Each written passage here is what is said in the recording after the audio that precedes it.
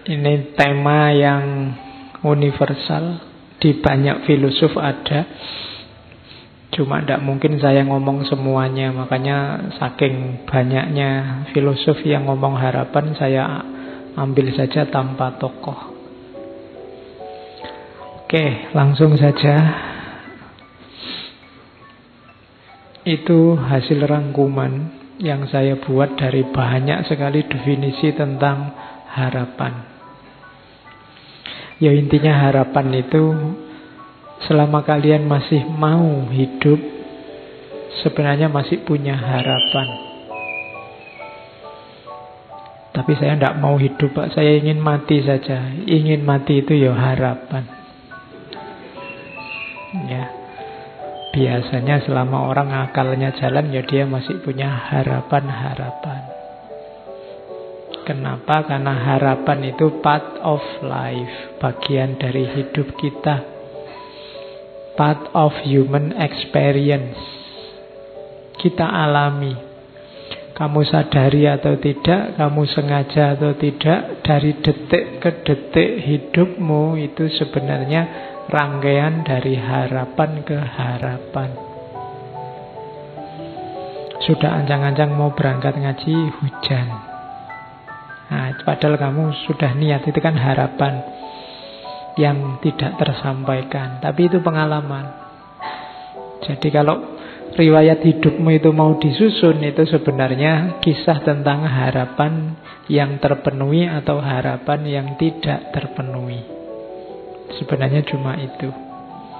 Jadi kalau kamu pengen nulis biografi, itu sebenarnya bisa diawali dari harapan-harapanmu apa saja.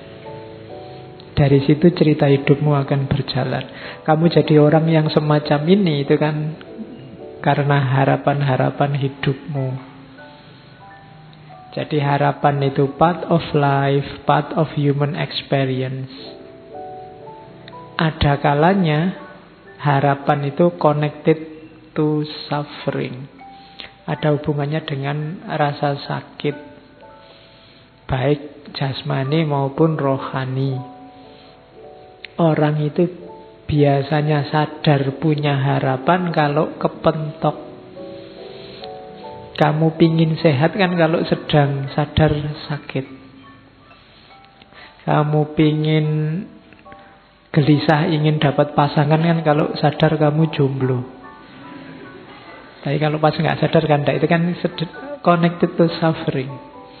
Aduh, kok aku sendirian ya, sementara yang lain berdua. Nah itu connected to suffering.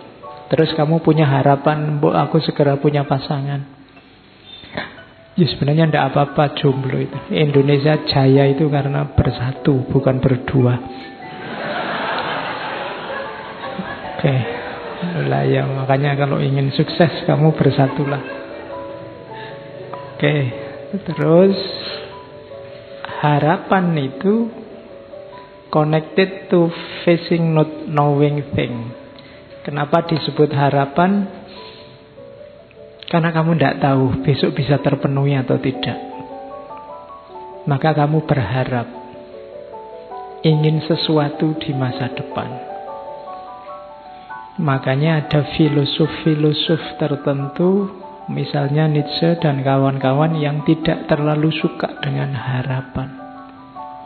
Hidup itu harus kamu kontrol, kamu kendalikan 100%. Tanpa kalkulasi-kalkulasi yang disebut harapan.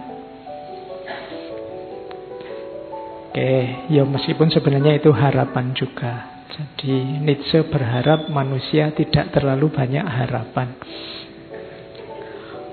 Oke, jadi ya saya bilang tadi tidak mungkin bisa lepas dari harapan. Terus time related, biasanya harapan itu di masa depan.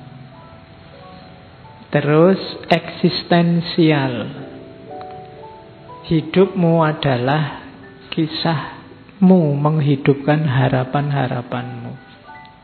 Jadi engkau eksis itu dalam rangka mewujudkan harapan-harapanmu. Maka dia sifatnya eksistensial. Harapan itu believing that the final result will be better than the start. Dalam harapan ada kepercayaan. Apa yang dipercaya bahwa besok, masa depan yang akan datang, keinginanmu itu kan ada di yang akan datang.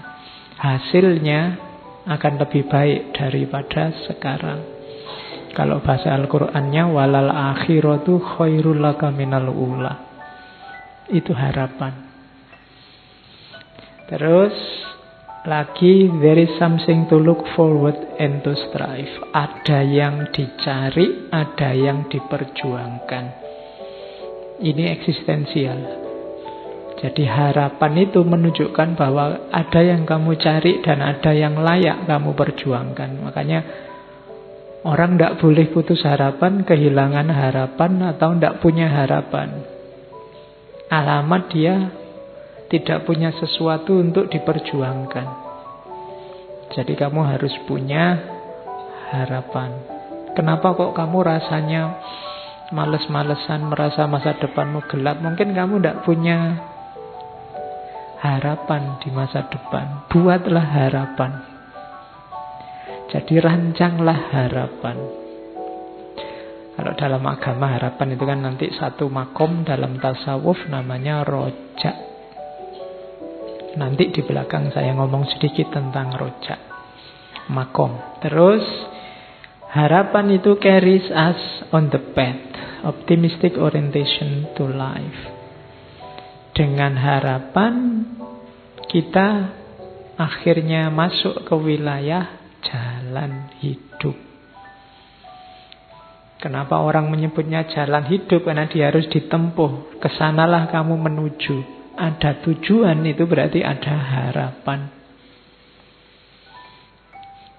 Kamu mau berjalan, berarti kamu punya mental yang optimis. Ini rangkuman dari banyak sekali definisi, saya pecah-pecah. Terus harapan juga believe whatever happen will be a good thing. Berarti kamu percaya bahwa besok hasilnya itu sesuatu yang baik, makanya kamu kejar. Kemudian harapan juga evolve, berevolusi, berubah, dinamis sepanjang waktu. Keinginanmu itu kan tidak pernah mandek. Hari ini pingin apa, besok pingin apa. Sekarang yang kamu kejar lulus, setelah lulus kamu mengejar kerja, setelah kerja kamu ngejar istri, setelah istri kamu ngejar anak, setelah anak kamu ngejar. Tidak pernah ada target final. Harapanmu itu mulur, kalau bahasanya Surya Mentaram. Dan yang terakhir, harapan itu a gift. Ini agak religius bahwa harapan itu sebenarnya anugerah. Bersyukurlah kalian yang masih punya harapan. Banyak orang yang mengharap saja susah. Atau dia harus mati-matian merancang harapan yang cocok sama dirinya, padahal mungkin dia ingin lebih dari itu. Maka bisa berharap itu alhamdulillah. Jangan putus harapan. Agama sangat benci orang yang putus harapan. Kalau di surat Yusuf itu disebut orang kafir. Wala tayasu min rauhillah. Jangan putus asa dari rahmatnya Allah. Orang yang putus asa berarti orang yang tidak punya harapan, itu minal kafirin, termasuk golongan orang-orang kafir. Kafir itu ya orang yang ingkar. Sebenarnya ingkar tidak dalam arti menjauh, tapi dalam arti menutupi kebenaran. Itu orang kafir. Makanya istilah kafir itu nanti diadopsi dalam bahasa Inggris jadi cover. Kalau kalian tidur di atas bed cover, itu berarti yang kamu sedang tidur di atas kekafiran. Ya kan, itu akar katanya sama. Nah, jadi sampai kafir. Harapan itu anugerah, maka bersyukurlah. Barang siapa yang kehilangan harapan, kamu masuk ke dalam kekufuran kayak orang kehilangan keimanan. Kamu tidak percaya ada Allah. kepahitan apapun dalam hidupmu, jangan sampai membuatmu putus asa, karena kamu kalau putus asa sama dengan melecehkan Allah. Tidak ada masalah yang tidak terselesaikan. Tidak ada masalah susah, masalah sulit, masalah rumit. Kalau bagi Allah, maka berharaplah. Dan selama engkau berharap, saat itu sebenarnya engkau sedang menikmati anugerah dari Allah.